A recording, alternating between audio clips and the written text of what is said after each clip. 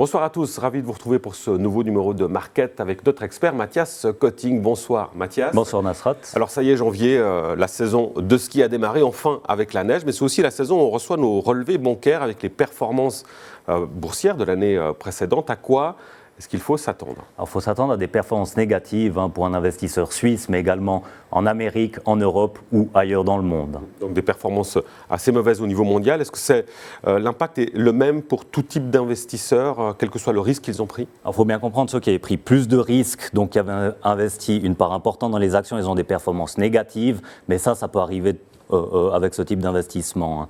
Par contre, avec des investissements moins risqués, avec plus d'obligations dans les portefeuilles, on a également des performances négatives de l'ordre de moins 10%, et ça, c'est plutôt décevant. Alors, comment on explique que des portefeuilles avec beaucoup d'obligations aient baissé autant ?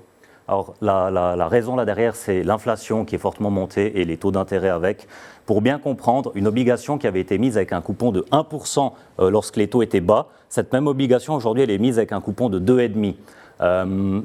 Qu'est-ce qui s'est passé ? L'attrait de la première obligation, elle a fortement baissé et avec ça, le prix également.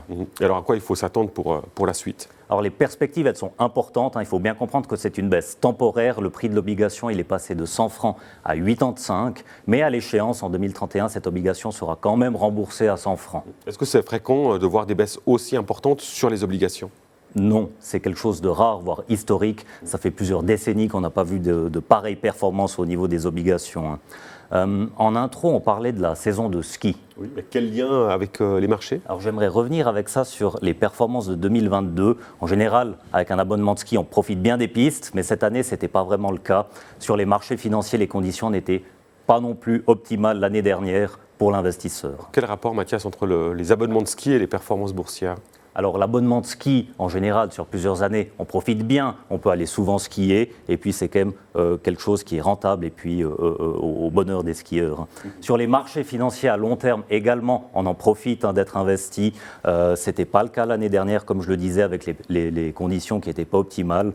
Pour les skieurs, cette saison non plus, mais heureusement, on a vu la neige le 16 janvier dernier jusqu'en pleine. Merci, là je comprends la comparaison entre ski et marché. Mais justement, en fait, on le voit depuis ce début d'année 2023, les marchés ne vont pas si mal. Quelle est la raison ? Alors, il y a deux choses qui ont changé depuis le mois de décembre. La première, c'est l'inflation. L'inflation, elle semble être sous contrôle. On voit encore les derniers chiffres baisser. Et puis, le deuxième élément important, c'est du côté de la Chine. C'est loin de chez nous. La Chine qui rouvre son économie, qui met fin à la politique zéro Covid. Ça ouvre des perspectives réjouissantes pour l'économie, comme on l'a vécu en Europe, par exemple, il y a quelques temps en arrière. Alors, dans ce contexte, concrètement, comment réagissent les bourses en ce début d'année ? En ce début d'année, les bourses, elles vont bien. Les marchés des actions montent.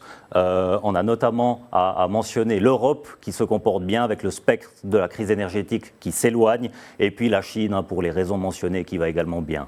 Merci beaucoup Mathias pour ces explications. On retient donc le bon départ pour 2023 sur les marchés boursiers. Et puis alors si vous voulez en savoir plus, notamment sur les éléments liés en détail à l'évolution des marchés, je vous invite à vous reporter sur la brochure Market que vous trouvez sur les plateformes numériques et les réseaux sociaux. Merci encore Mathias. Merci à vous. Je vous souhaite une très bonne suite de programmes sur Canal 9. À très vite. Ciao.